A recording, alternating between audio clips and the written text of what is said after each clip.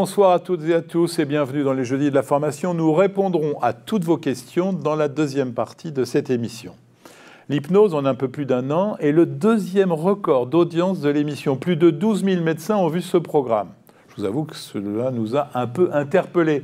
Et comme votre courrier en redemandait, eh bien nous avons décidé d'aller plus loin dans l'application de cette technique médicale qui reste énigmatique pour beaucoup d'entre vous, à travers un exemple pratique qui est le premier motif de consultation en médecine, la douleur.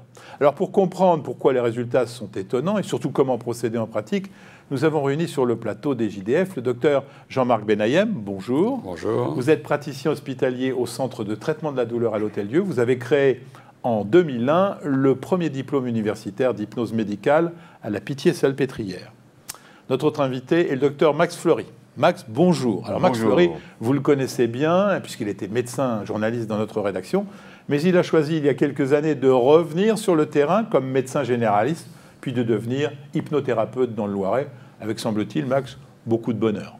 Absolument. Alors, vous serez, il sera votre représentant, vous qui semblez si nombreux à vouloir franchir le pas. Je lui demanderai donc de commenter les propos de Jean-Marc Benayem chaque fois qu'il en éprouvera le besoin. Lourde tâche. Je vous rappelle que vous pouvez dès maintenant poser vos questions à nos invités grâce à la boîte de dialogue située en dessous de votre écran. Jean-Marc Benayem, vous avez publié de nombreux livres sur les applications médicales de l'hypnose. Alors, le dernier est particulièrement original puisqu'il se propose d'expliquer les liens entre l'hypnose et le bouddhisme. Ça s'appelle Zen et hypnose aux éditions de La Martinière. Un bouquin très sympa que vous avez fait avec votre fils. Mais je veux savoir si c'est l'envie de surfer sur la mode de la méditation, surtout celle de pleine conscience, de sortir ce concept, comparaison hypnose et zen, où il y a vraiment quelque chose. C'est vrai que la méditation est très à la mode, mais en fait, on est très interpellé par la souffrance. Et dans les centres de traitement de la douleur, on est confronté à des problèmes vraiment difficiles, des amputations, des maladies graves. Et on s'est dit, mais il faut tout explorer. Et peut-être qu'il y a dans la méditation et dans le bouddhisme quelques éléments clés, quelques principes clés qui vont nous aider à soulager. Alors je suis allé voir et on a travaillé le sujet. Vous êtes allé voir, votre bouquin est la preuve. Alors vous êtes à un moment, vous faites une conclusion un petit peu lapidaire. Vous dites, l'hypnose et la méditation dans sa forme européenne. C'est-à-dire vous dites, oui, là-bas on médite, ici on fait de l'hypnose. Oui, c'est pas dans notre culture. La méditation, elle était un peu présente dans la religion, mais c'était un autre type de méditation. Disons que véritablement, la méditation, elle est orientale, extrême orientale, hindoue, indienne, chinoise, japonaise, alors que l'hypnose, c'est vraiment une création européenne. Ça a commencé en Autriche et c'est venu en France, à Paris. Alors, Jean-Marc Benayem a prononcé le mot religion. On connaît votre implication, du moins, je connais votre implication dans la religion, Max Fleury. Donc, vous réagissez, je suppose, positivement. Alors, oui, ce qui est intéressant, c'est que le livre de Jean-Marc, qui est mon formateur, alors donc je ne vais pas en dire du mal ce soir. Hein. Oui, j'ai fait son DU à la Pitié-Salpêtrière il y a quelques années, avec beaucoup de bonheur. Dit du mal de Hollande, donc. Voilà. Et il est devenu, voilà, on connaît un de ses ministres qui est devenu président. Non, ce qui est intéressant, c'est que le livre de Jean-Marc revient un peu à la source, puisque on appelle l'hypnose finalement des états mentaux un peu modifiés, on appelle ça trans, etc. Et ceux qui peut-être les premiers ont exploité l'existence de ces états mentaux un peu modifiés, alors qui ont été spiritualisés, divinisés, etc., ce sont les gens d'Extrême-Orient. C'est une découverte assez récente en Europe, l'existence de ces états mentaux modifiés, d'ailleurs qu'on a attribué à toutes sortes de choses au départ, le magnétisme animal, etc., dans l'histoire de l'hypnose. Donc c'est un retour aux sources. Ça ne vous choque pas qu'il y ait Non, parce qu'on rejoint finalement des courants de pensée. Donc votre livre est justifié, et je vous jure qu'il est très bien, il n'y a pas de problème. Alors vous pratiquez, vous, l'hypnose sur les addictions, les phobies, les syndromes de stress post-traumatique, c'est l'excellent sujet. Ouais. Mais j'ai voulu choisir un sujet qui est le plus fréquent pour vous qui voyez des malades, la douleur chronique, premier motif de consultation.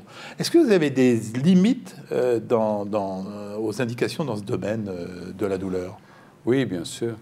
C'est quand même difficile d'intervenir sur des patients qui souffrent depuis de très nombreuses années. C'est difficile si des patients attendent un avantage, par exemple, des rétributions, un statut particulier. Il faut vraiment pouvoir trouver le patient, le point d'appui sur quelqu'un qui est prêt à tout lâcher pour guérir. C'est-à-dire qu'il est prêt à perdre tous ses statuts, ses reconnaissances au niveau de la sécurité sociale, ses statuts handicapés, pour pouvoir dire maintenant, je m'autorise à vivre comme je suis et sans en attendre aucun avantage. Ouais, vous demandez quand même pas mal de choses aux malades. Il y a parfois une dimension narcissique dans la maladie, surtout les maladies chroniques. C'est un statut, comme disait Jean-Marc. C'est un statut, voilà. C'est un statut au travers duquel les gens ont fini par se résoudre d'exister, parce qu'ils n'ont pas d'autre... La plupart du temps, c'est une fatalité pour eux. Ils n'ont pas d'autre issue que d'exister au travers de leur souffrance. On voit ça beaucoup avec la fibromyalgie en ce moment, qui est très controversée, évidemment. Vous intervenez sur la fibromyalgie, vous, les hypnothérapeutes? Oui, puisque dans les centres de traitement de la douleur, ça fait partie des pathologies chroniques. Eh bien, c'est peut-être les nouvelles formes d'hystérie à la Charcot, c'est-à-dire des dysomatisations qui sont là parce que c'est une façon d'exister dans la souffrance. Vous allez plaire à beaucoup de médecins, mais vous allez pas faire des amis chez les gens qui souffrent de fibromyalgie, parce que c'est bien ce qu'ils cherchent à... Alors, vous avez dicté 12 principes dans votre bouquin. J'espère qu'on va pouvoir en passer un maximum en revue, mais l'émission est limitée dans le temps, à partir de la douleur. Les médecins prescripteurs de l'hypnose ont besoin de connaître ces principes, parce que c'est une approche un peu philosophique. Disons que quand on pratique l'hypnose, on passe devant certains principes qui sont fondamentaux. Par exemple, si le patient se regarde, c'est-à-dire qu'est-ce qui m'arrive, et se met au centre, et il se critique, il se juge, ce regard finit toujours par de la souffrance, se termine par de la souffrance. Vers d'autres styles de pathologie, si par exemple le patient se compare, et pourquoi les autres ils vont bien et pourquoi moi je vais pas bien, et pourquoi les autres ils ont réussi, moi ma vie est pourrie. Donc il y a des principes qu'on retrouve dans le zen qui sont exactement semblables. Mais là, vous êtes dans la psy. Vous commencez par une consultation. Non, c'est pas de la psy, c'est comment la personne se place par rapport à son existence. Se perçoit. Voilà. Comment est-ce... Et vous commencez, quand vous voyez un malade qui souffre, vous commencez par l'interroger là-dessus, ou vous allez franco sur une séance d'hypnose? Ah non, on veut savoir où est-ce qu'il est bloqué. Oui.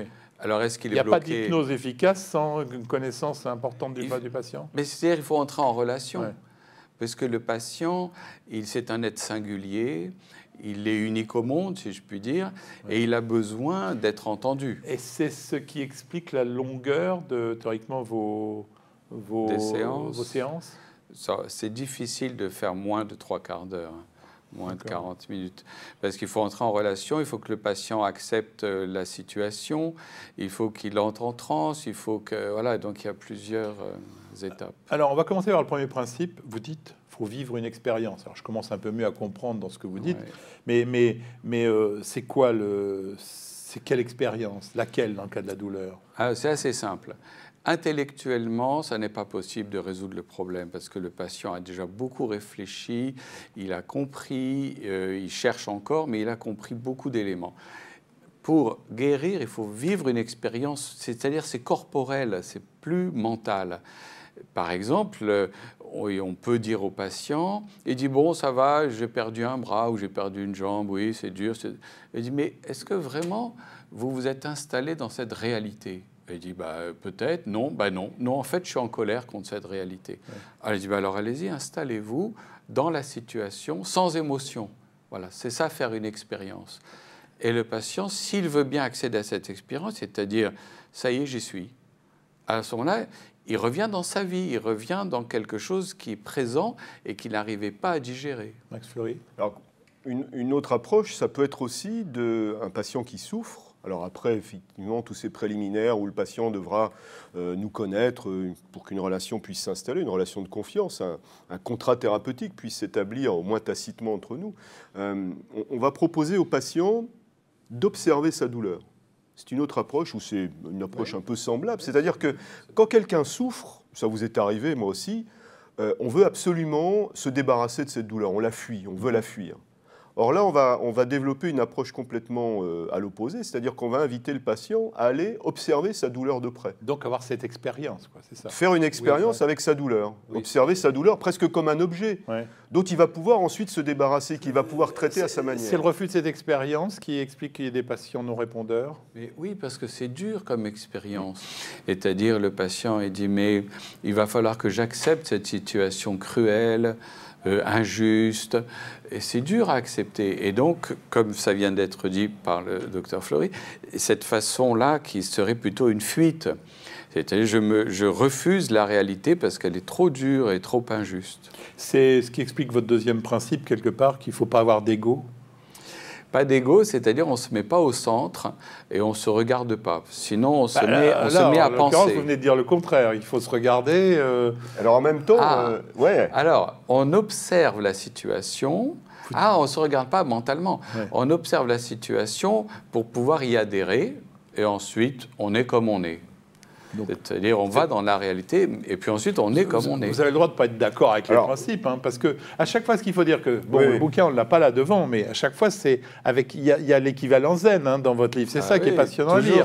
Donc, mais parfois, vous avez peut-être voulu rapprocher les... Donc, pas d'ego. En même temps, moi... Je ne vais pas aussi loin dans la réflexion philosophique que Jean-Marc, probablement, mais dans mon approche thérapeutique, hein, vraiment quotidienne, moi je fais 3 heures d'hypnose par jour, donc je commence à avoir pas mal de patients. C'est l'état dissocié qui permet au patient de pouvoir de s'observer tel qu'il est. Alors, je ne sais pas où est l'ego dans l'état dissocié, c'est ça le problème. C'est-à-dire que quand il y a une dissociation, on est capable de s'observer soi-même, mais un petit peu comme si on était quelqu'un d'autre. On est un petit peu en dehors de soi. C'est l'état de transe qui permet ça. Ce sont des phénomènes attentionnels. C'est-à-dire, si le patient se regarde, il entre dans la plainte. C'est-à-dire, et pourquoi moi? Et je ne vais pas, ma vie s'effondre. Alors on lui demande, par des exercices d'hypnose, de modifier l'attention, c'est-à-dire de poser son regard vers l'extérieur. Voulez-vous percevoir d'autres personnes, les bruits, les images, les objets, jusqu'à ce que lui-même ne soit plus intéressant. Et que, ayant son attention extérieure, il peut changer d'attitude. Alors, troisième principe, vous dites qu'il faut passer à l'action. Alors là, vous éloignez de la philosophie zen qui subit. Et puis, moi, je trouve qu'effectivement, l'hypnose, c'est un peu la même chose. Il n'y a pas plus passif que le patient hypnotique. Oui, en fait, vous fait sourire tous les deux là. Oui, non, en fait, c'est assez simple, mais c'est une question importante parce que elle trouble beaucoup de collègues et de patients. En fait, dans l'hypnose, il y a 2 étapes. Il y a une étape où effectivement le patient, comme on voit au music-hall, est un peu, comment on va dire, dans la confusion. Il est réduit un petit peu à un état basique où il est, comment dire, assoupli. Il était un peu raide, rigide dans ses croyances et le thérapeute met un peu de confusion. C'est ce qu'on voit au music-hall. Mais au music-hall, ça ouvre à une manipulation pour distraire le public. Alors que nous, c'est comme une pâte à modeler qu'on a réchauffée pour qu'elle puisse être souple. Et ensuite, on passe à la phase active où là, le patient se confronte, par exemple, à la réalité en disant « Ah, peut-être je peux voir la chose comme ça. » Oui, au fond. Alors, j'ai vu un chirurgien digestif qui m'a... Vous allez me dire si c'est totalement fou. Il m'a dit « Je fais donc de la chirurgie bariatrique, mais j'ai dans mon équipe un hypnotiseur qui obtient presque les mêmes résultats en suggérant à ses patients qu'ils ont un bypass ou qu'ils ont le même système. Un anneau virtuel. Un anneau virtuel. Est-ce que c'est quelque chose qui est un des problèmes du comportement alimentaire, c'est que le patient, il est absent à son corps. Mais il est très présent au désir, au plaisir. Par exemple, il est très présent à ses papilles gustatives, à l'envie, mais tout à fait absent à son corps qui est de plus en plus lourd, déformé, fatigué, empoisonné.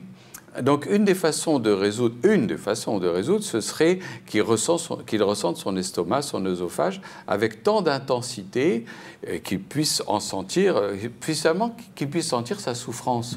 Alors, on propose de resserrer, de comprimer. On peut appuyer d'ailleurs sur les zones œsophages. Donc, c'est pas ce que je vous raconte. Absurde. C'est pas absurde. Alors, pour revenir sur ce travail que ferait le patient. Et sur la douleur. Sur la douleur, par exemple, et d'une manière générale en hypnose médicale, souvent les patients qui viennent nous voir, qui sont pris en charge par les centres antidouleurs, etc., la situation leur échappe complètement. C'est-à-dire que par rapport au traitement conventionnel de la douleur, ils sont totalement passifs, c'est-à-dire qu'ils subissent les traitements. J'ai une patiente cadre supérieur qui est venue me voir un jour, qui a une spondylarthrite ankylosante, qui ne pouvait plus bouger, qui souffrait terriblement. Elle était prise en charge au centre antidouleur et c'était des augmentations permanentes des doses de morphine. Au bout d'un moment, elle n'en pouvait plus. Elle ne pouvait plus travailler, etc. Ce n'était pas son souhait. Ça lui échappait complètement. En 2 séances d'hypnose, elle a arrêté la morphine. Elle avait toujours sa spondylarthrite ankylosante. Et chose un peu étonnante, elle me dit « Je sais que les douleurs sont là, mais elles ne me font plus souffrir. » C'est là, donc, c'est vous travaillez sur l'intégration de la douleur, vous, exactement. Et donc, il y a un travail qui se fait de la part du patient. C'est-à-dire qu'en séance d'hypnose, le patient est co-ouvrier de sa propre guérison.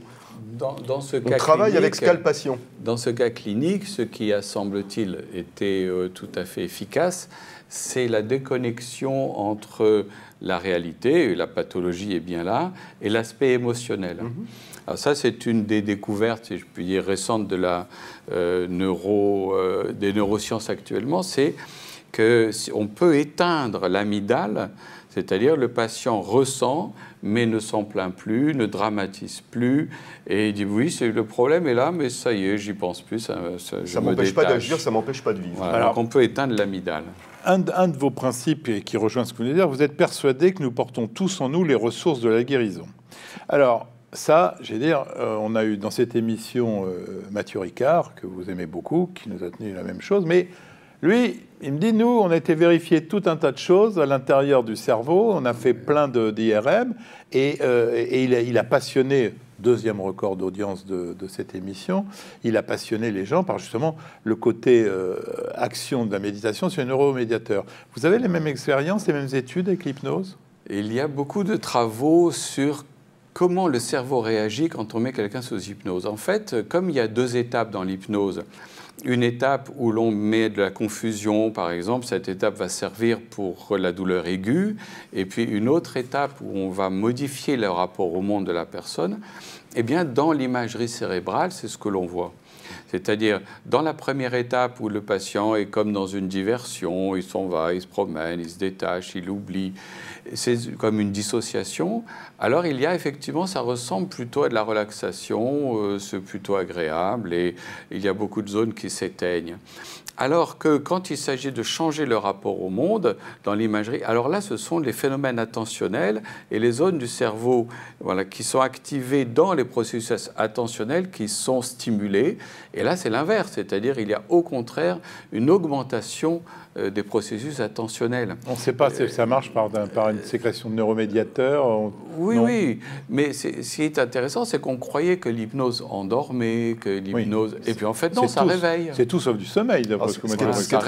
Ce qui est très intéressant, c'est que les techniques de neuroimagerie dans le phénomène de transe hypnotique montrent que si, par exemple, vous imaginez que vous avez un certain comportement, il y a une certaine zone de votre cerveau qui vont s'activer.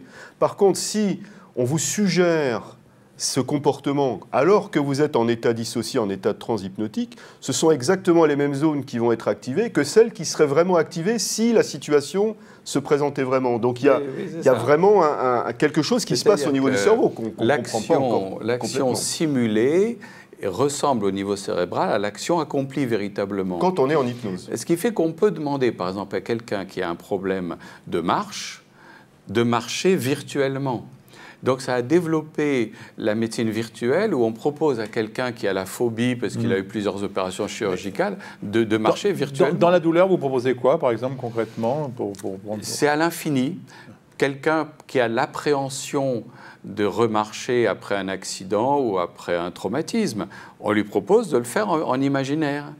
Quelqu'un qui a une sclérose en plaques et qui a peur de refaire du vélo ou qui a une périarthrite d'épaule, on lui dit, bon, est-ce que vous pouvez le faire en imagination ? Et le fait de le faire en imaginaire soulage juste la perception de sa douleur ? Ça le remet dans son corps. Ça le remet dans son et corps. Ça va lui permettre d'être désinhibé et de refaire quelque chose qu'il n'osait faire. Alors, on va revenir dans un instant à l'hypnose avec la question du maître. Vous allez voir, ça va vous passionner. Mais vous vous demandez tous un peu comment on finance les JDF. Eh bien, la réponse.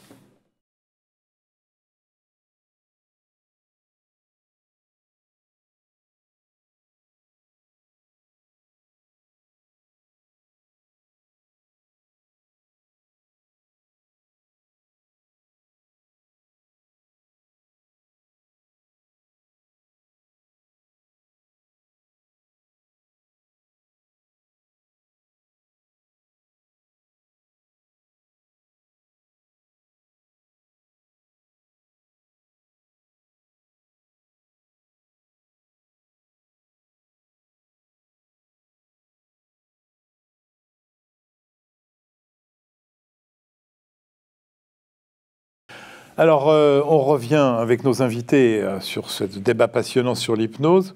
Alors, vous dites, il faut un maître. Alors là, vraiment, là, ça m'a surpris parce que là, on rentre dans la secte. C'est un peu d'ailleurs ce qu'on dit. Attention, moi, je ne veux pas me faire hypnotiser parce que qu'est-ce qu'il va avoir dire le mot maître, j'ai d'abord demandé, ça vous choque de dire que vous êtes le maître? Non, ça ne va pas vous choquer, ça va vous plaire vous-même, non? Oui, enfin, je ne sais pas trop, j'ai pas lu le livre de Jean-Marc, je suis désolé Jean-Marc, mais voilà, je ne sais pas trop quel est son... Voilà, ça ne saurait tarder. Pas bien. Je ne sais pas trop quel est son concept, donc... Alors, dans le zen, on dit il faut un maître.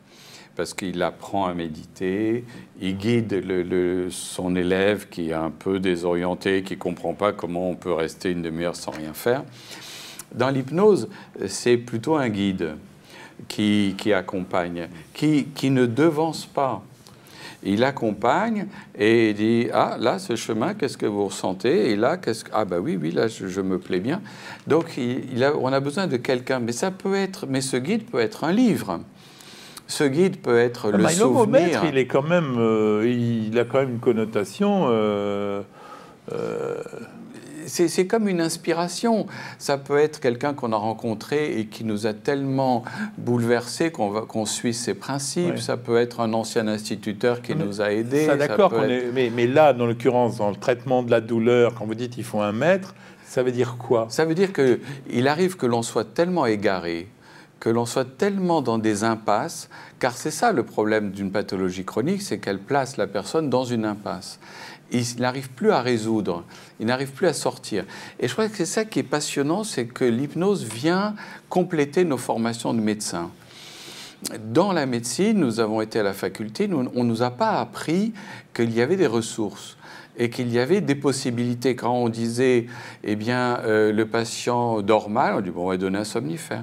Il est déprimé, on va donner un antidépresseur. Il a mal, on va donner un antalgique. On dit, oui, peut-être, pourquoi pas. Mais est-ce qu'il ne peut pas résoudre ce problème? Et c'est ça que l'hypnose apporte comme réponse. On va dire, ben, oui, peut-être qu'on peut résoudre des problèmes qui ne sont pas gravissimes, voilà, qui sont des choses de tous les jours auxquelles on a l'habitude de substituer une substance, un produit, une drogue, alors que non, il y a peut-être des ressources. En Maître Fleury, vous comprenez mieux le concept? Oui, alors ça rejoint des concepts classiques en hypnothérapie, c'est-à-dire qu'au cœur du processus d'hypnothérapie, il y a la relation au thérapeute, qui est absolument fondamentale. Alors le thérapeute, dans l'approche ericksonienne de l'hypnose, qu'on pratique tous ici en France, qui se démarque de l'hypnose autoritaire qu'on a pu pratiquer, c'était « dormez, je le veux hein, », voilà, la fameuse injonction. Bon, c'est vraiment éloigné de ça. Donc aujourd'hui, le thérapeute, il est, comme dit Jean-Marc, c'est un guide. Moi, j'explique souvent à mes patients qui se demandent un peu ce qui va leur arriver. Je dis, oh, attendez, moi, je ne suis pas là pour vous imposer quoi que ce soit. Je vais vous aider à explorer, à vous promener en vous-même. Oui, mais le mot guide ne me choque pas, c'est le mot maître. Voilà. Alors après, non, mais c'est dans la terminologie je trouve un peu zen. Le maître est plus présent dans le zen que dans l'hypnose. Sans doute. Oui. Dans l'hypnose, c'est le mot guide, c'est-à-dire... Et pourquoi cette tierce personne? Eh bien, parce que souvent, on se confronte à la peur. La peur du changement, la peur de perdre le contrôle, la peur de ne pas maîtriser quelque chose.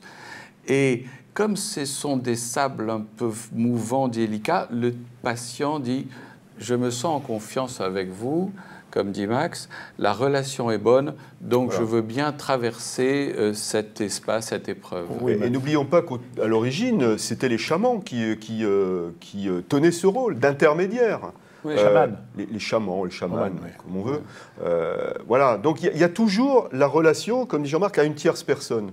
Et c'est pour ça que l'hypnothérapeute, il est au cœur de ce processus. Et la plupart du temps, le processus de guérison, il est déjà, dès que le patient franchit la porte, il y a des études qui montrent que plus le thérapeute est renommé, meilleurs sont les résultats. Donc il y a bien une part subjective dans la relation qui s'installe. Toute relation entre un médecin et son Elle est encore plus forte en hypnose. Encore plus forte, d'accord. Mais l'idéal, c'est tout de même que le patient finisse par s'approprier ce qui vient d'être... S'autonomise. Voilà, ce qui vient d'être mis en évidence. Ça lui plaît tellement qu'il se l'approprie, il n'a plus besoin de ce thérapeute. Alors, je passe un peu sur vos différents... Vous avez bien vu que vos principes, on va un peu vite, mais il reste le bouquin. Hein. Vous dites pas de jugement, parce que souffrir, c'est être jugé, et pas d'attachement. C'est-à-dire que les patients qui souffrent de pathologies chroniques, pas de légumes, mais du chronique, ils prennent appui. Ils prennent appui sur la famille, parfois le conjoint. Voilà, c'est un appui. Ils sont de travers. Ils prennent appui sur des médicaments, sur des kinés, sur des rebouteux, sur des guérisseurs, Et finalement, ils sont tout le temps de travers parce qu'ils prennent appui et ils dépendent d'eux. Donc l'objectif, ce serait que la personne puisse tenir par elle-même et qu'elle puisse... Ça, c'est ce que vous dites, pas d'attachement. Voilà, pas d'attachement, c'est-à-dire qu'elle puisse être autonome. Et pas de jugement, c'est... Pas de jugement, c'est parce qu'on met de l'affectif. C'est-à-dire, oui, j'aurais pas dû si j'avais su... Voilà, ça augmente la souffrance. Le jugement augmente la souffrance. Ça augmente la pensée. Dites-moi, je ne sais pas pourquoi on va voir un hypnothérapeute. Quand on vous voit parler, on va voir un psy. C'est bien plus simple. Qu'est-ce que vous apportez de plus que le psy Eh bien, c'est parce que beaucoup de propositions peuvent être complètement corporelles. On est plus rapide. C'est-à-dire, on dit aux patients, mettez-vous debout. Voyons tout voir. Ça pendant... Parce que tout ce discours... Est-ce que le patient répond aux questions pendant une séance d'hypnose ou il est totalement... Avant, pendant, il arrive que le patient pleure, il arrive qu'il dit « j'y arrive pas », il arrive que, par exemple, tout à l'heure, une patiente souffre d'une contracture douloureuse de la mâchoire et j'ai pensé à un exercice kinétique parce qu'on n'est pas que auditif, visuel. Alors, je lui ai posé une masse lourde sur la main et je lui ai dit, c'est ça subir un problème. C'est ça être dans l'emprise de quelque chose. Je lui ai dit, laissez maintenant que ce soit votre corps qui expulse quelque chose qui est, je dirais, encombrant. Elle a compris que depuis des années, elle était dans une contracture encombrante, dans il faudrait, et elle a fini par faire expulser. Donc vous voyez, le langage a disparu, c'est le mouvement. Mais tout ce que vous allez chercher, tout ce que vous allez faire exprimer, quand le patient alors, il ne se réveille pas, il sort de la séance, la transe, il se souvient de tout ça ou il a tout oublié ou... Souvent, ils se souviennent, une bonne partie, pas tout, ça dépend des séances. Alors ce qui est intéressant, expliqué comme ça paraît un peu magique, hein, mais ce qu'il faut se rendre compte, c'est que tout ce qui doit se passer, en fait, se passe au niveau du subconscient, sous la surface. C'est-à-dire qu'il y a ce que le patient intellectualise, ce dont il se rend compte au cours de la séance, mais il y a tout ce que son cerveau va interpréter, ce qui est du l'ordre du symbolique. Et les processus associatifs qui vont se mettre en place dans son esprit inconscient. Et d'une certaine manière, ce que j'explique un petit peu à mes patients, c'est qu'en hypnothérapie, on va remodeler, reparamétrer le subconscient. Il avait été parasité, on essaie de lui redonner un autre sens. Est-ce que c'est paradoxal par rapport à votre dernier principe qui dit qu'il faut laisser vide? Ça veut dire quoi, laisser vide? Laisser vide, c'est que la pathologie, c'est de remplir. Le patient, il remplit avec des plaintes, il remplit avec des aides, il a X psychologues, psychiatres, médecins douleurs, médicaments, rééducation, piscine, kiné. Donc il ne fait que remplir. Et d'ailleurs, quand on discute, il ne s'arrête pas de parler, il raconte, il monte son ordonnance. Et la guérison, c'est de laisser vide, c'est-à-dire pas forcément complètement, pas vide démuni, non. Vide, c'est-à-dire à la fois il tient par lui-même et il accepte la situation. Vous faites un wash-out, quoi. Ah oui, c'est vraiment un lavage. Okay. Mais il y a quelque chose à dire pour nous qui sommes médecins et qui ajoutons l'hypnose à notre pratique, c'est qu'avant, quand un patient nous disait « voilà, je ressens ma douleur comme une brûlure, je ressens comme une boule », la plupart des soignants ne savent pas quoi faire de ça. Alors que l'hypnothérapeute peut dire « ah, vous sentez ça comment ?» Comme un pincement. Et dit alors allez-y, entrez en hypnose et laissez la pince se desserrer. Alors que les autres ils disent oui, moi je ne peux rien faire de ça. Donc si je comprends bien, jamais vous vous dites quand vous voyez un malade, non, alors vous non, vous pouvez sortir, je ne peux rien faire. L'hypnothérapeute est optimiste. Alors, il est ça m'est arrivé une fois. Ça peut arriver. Un patient qui est venu me voir pour qu'il arrête de ronfler. Il dit, je suis désolé, je ne peux pas faire grand-chose. Je peux hypnotiser votre femme pour qu'elle vous supporte mieux, mais je n'ai pas pu faire grand-chose. Quand vous êtes un bon médecin, de perdre du poids, de faire un peu d'exercice physique, c'est très bien. Dans le zen, on dit qu'il y a des ressources, et dans l'hypnose, on est confiant, on dit, on se lance, on verra bien. Bon, écoutez, vous savez, on va passer à vos questions tout de suite.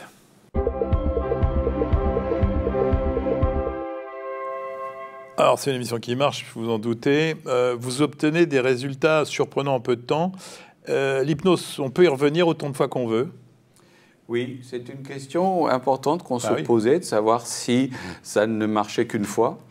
Et en fait, il arrive fréquemment que le patient se désoriente et il revient faire une séance pour retrouver sa place, pour enlever les parasites qui étaient revenus et retrouver son chemin. Donc c'est reproductible, bien sûr. Bon, c'est vrai que vous m'expliquez que Jean-Marc était une star de l'hypnose, donc je suppose que ça coûte très cher de faire de l'hypnose.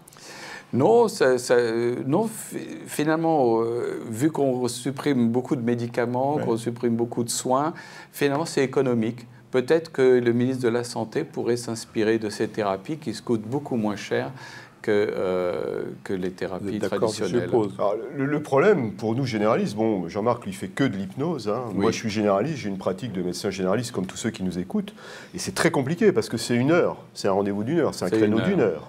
Oui. Dans un emploi du temps qui est déjà surchargé à cause de la désertification médicale et problème de la prise en charge. C'est-à-dire que, bon, comme je dis à mes patients, je ne fais pas ça pour gagner de l'argent, mais je ne fais pas ça pour en perdre non plus. Donc il faut bien trouver des moyens de compenser. Or, ce n'est pas du tout pris en charge. Donc c'est des actes qui sont hors convention, donc soumis à la TVA. Donc, peut-être. Oui, donc fiscalement, c'est compliqué. Et donc, dans notre pays, dès qu'on veut commencer à faire quelque chose d'un peu original qui sort des sentiers battus, on a tout de suite des obstacles qui sont administratifs, fiscaux, etc. Ça n'enrichit pas. C'est pas une question qu'on me pose, mais l'hypnose à l'étranger, elle a même...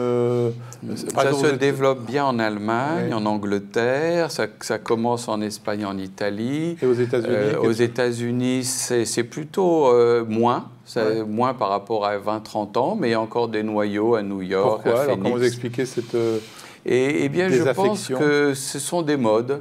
C'est-à-dire, quand la technique progresse beaucoup, alors on va vers la technique. Quand elle devient un peu trop envahissante et que l'humain est mis de côté, alors on réhumanise le soin, comme c'est dit.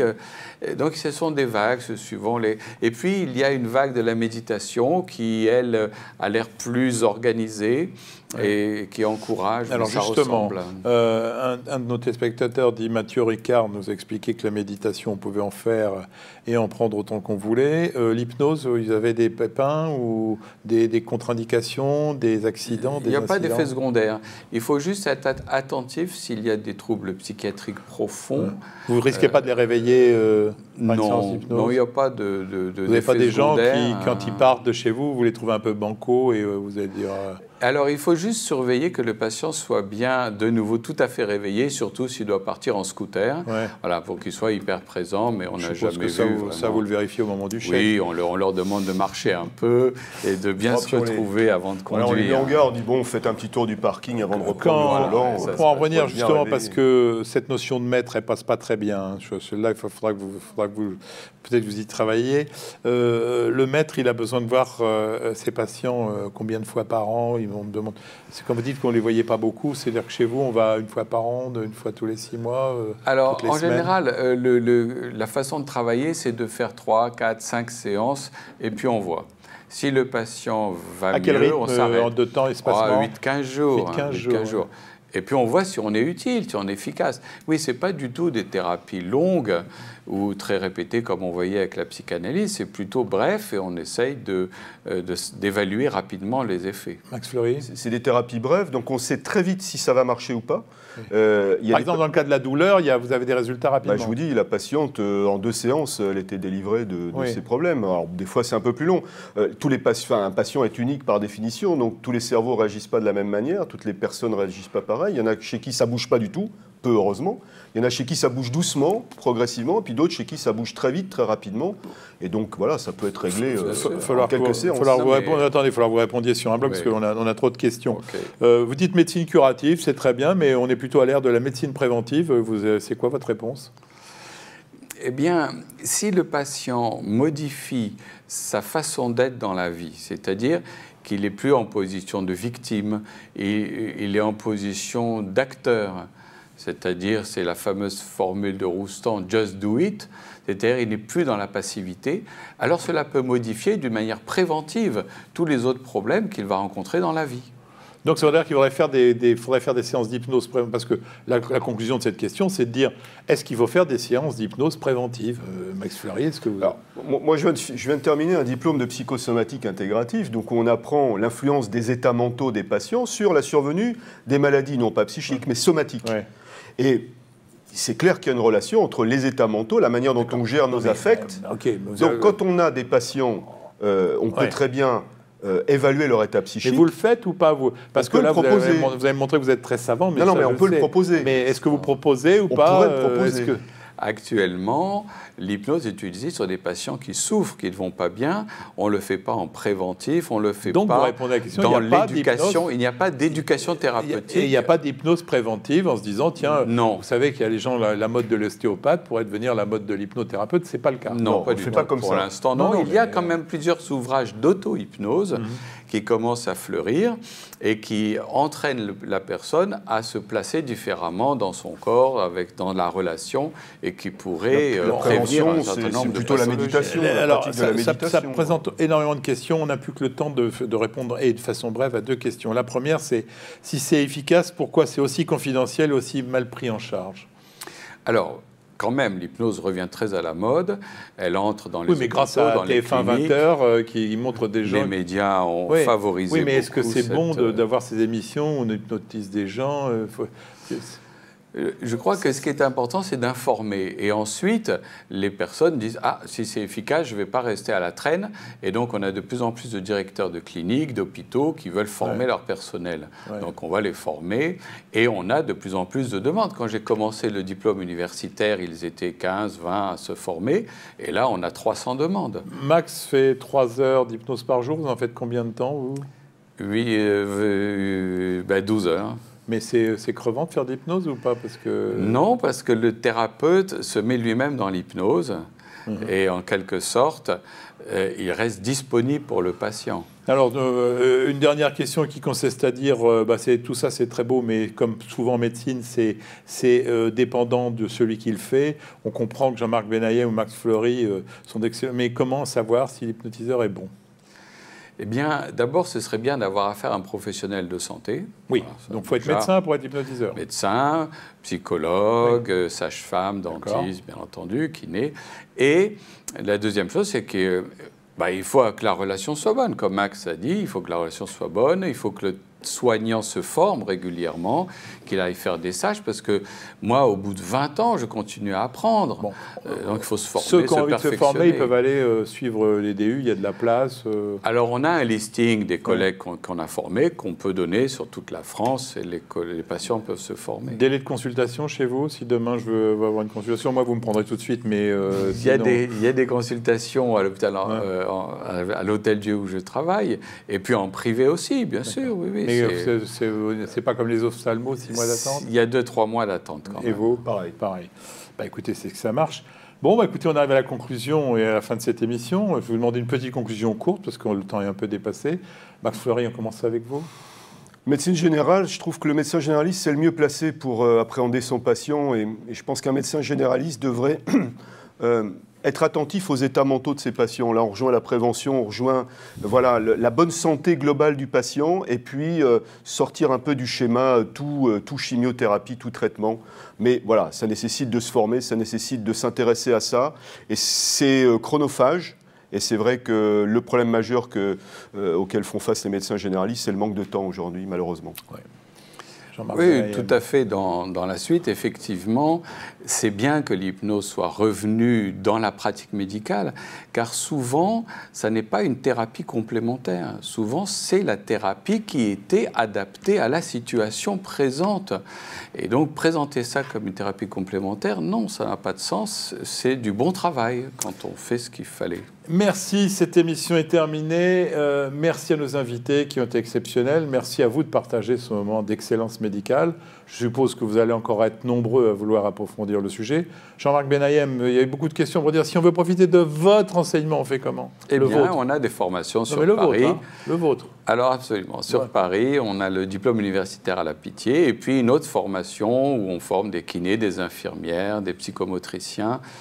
qu'on fait ça à Ambroise Paré, à l'hôpital. Et puis il y a vos nombreux livres, mais je vous recommande le dernier qui s'appelle Zen et Hypnose aux éditions de La Martinière. Vous l'avez fait avec votre fils. C'est quelque chose avec des photos, c'est splendide. Hein, vous êtes très content de ce livre, je suppose. Oui, il plaît beaucoup. C'est un beau livre. Max Fleury, quand le vôtre? À bientôt. Bon. Je ne sais pas quand. Mais... Vous avez beaucoup de talent, on l'attend tous. Allez, merci à vous deux, c'était un débat passionnant. Je vous rappelle l'adresse mail des Jeudis de la Formation pour vos commentaires et suggestions. Vous allez être nombreux sans doute à envoyer un mail à jdflemoine@gmail.com. Pour revoir nos émissions, il suffit d'aller sur le site fréquencemédicale.com. On a aussi une chaîne YouTube où vous pourrez voir les émissions. Vous pouvez de temps en temps expliquer à vos patients qui peuvent aller jeter un coup d'œil. Allez, on se retrouve la semaine prochaine. Bonne fin de soirée à tous et en attendant de vous retrouver, portez-vous bien.